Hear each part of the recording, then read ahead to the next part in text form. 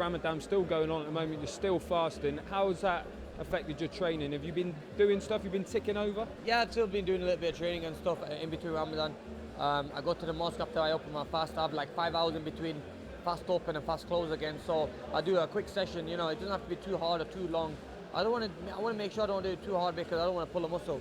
You know, but there's still talks that Mayweather fight still may happen. I mean, a lot of people are there's between me and Berto. I really believe now it's can it happen? I really think it can. I spoke to my trainer Virgil. I spoke to a few people in my team, and they think that knowing Floyd Mayweather, the fight still can happen. And he likes to make his opponents wait, and you know, maybe he's making me wait and making me take my you know, in a way, distracting me in a little way, you know. I mean, making sure that I'm not going to be focused on what my job is. I'm not going to be in the gym and it'll catch me off guard. That's not going to happen. You know, I'm always in the gym. I always keep myself fit. I always keep myself training, and I keep myself, you know, looking good. So I don't think that'll affect me in any way. So you haven't given up hope yet? No. I mean, I kind of did. a couple of weeks ago, but then I think in the last couple of days I've heard a few new things, and it's kind of motivated me again, you know, to kind of believe that I still have a chance to have that big fight. Have you spoken to Al Heyman about it? Because obviously he's your advisor and he's Floyd's advisor. Yeah. Obviously he says, look, Floyd's not made his mind up. Now Floyd is the boss, obviously, in his own. Obviously I know I'm the boss as well in my own promotion company. But the thing is, he picks and chooses when he wants to fight and who he fights. Now, I don't think Al Heyman has much say in that. Only he can maybe advise him to say, look, if you fight someone like Amir Khan, you'll make a lot of money. If you fight someone like maybe Keith Thurman, you're not going to make as much money. So, Al's going to advise him in that sense.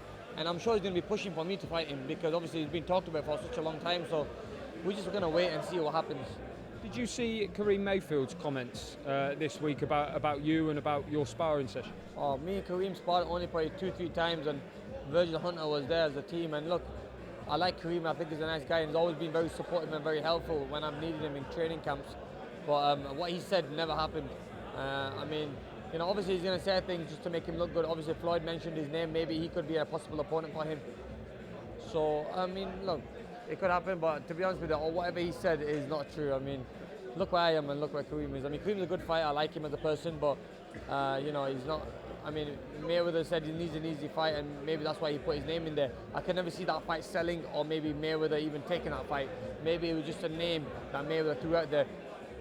Is there a feeling, do you think, that obviously Andre Berto, you're close to him, Kareem Mayfield is also a Bay Area fighter as well.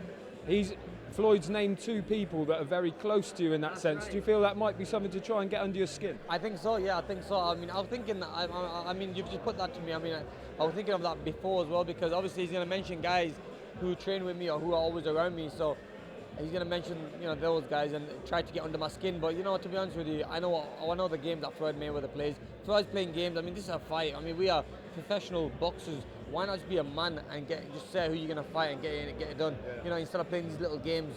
I mean, I don't know why he's playing these little games. I think it's just unprofessional, really, from a person like Floyd Mayweather, who's been in there and renowned one of the best fighters ever. If he's playing these little games, I mean, he's actually look for every little advantage as he can get. So I'm not really going to let it get to me, to be honest with you. I'm just going to keep calm and collective. And look, if it happens, it happens. If it doesn't, obviously there will be plan B that we go to. Talking of plan B, is there a date in your mind? Is there kind of a time scale that you'd like to get out if you do fail to get that Mayweather fight? Yeah, if I don't get a September fight, I'd like to be back out again in November, December. Like as always, I always fight in them dates. So I'll be looking at those dates instead. Is there any chance whatsoever that if you don't get the Mayweather fight, that you might look to explore the opportunity of fighting Kell Brook before the end of the year? No. Absolutely not? Absolutely not.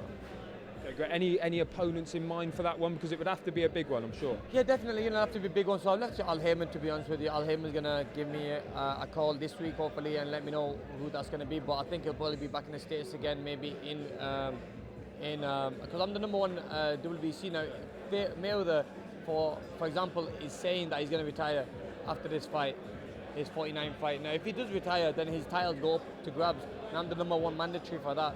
So I'll probably have my own title by the end of the year. I fingers crossed, So we'll be seeing who's in the WBC rankings quite high.